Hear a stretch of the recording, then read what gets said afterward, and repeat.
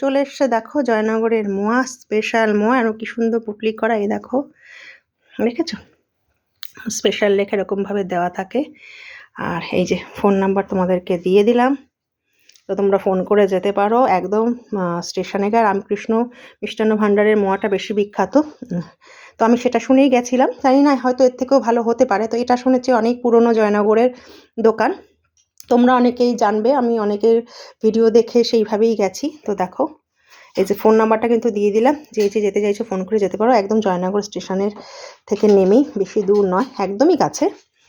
তো এরকম মিষ্টি একটা পুটলি করে দেবে। তো জয়নগরের থেকে আনা মোয়ার গন্ধই বন্ধুরা আলাদা। আমি মানে ওখানে কী বলবো বলতো, যে গন্ধ বেরোচ্ছিলো না, মানে তোমরা না খেলে বুঝতে পারবে না যে এই মোয়ার সাথে, আমাদের এখানকার মোয়ার সাথে এই মোয়াটার কতটা পার্থক্য। তো চলো এখন খুলবো, খাবো। তো চলো, টাটা।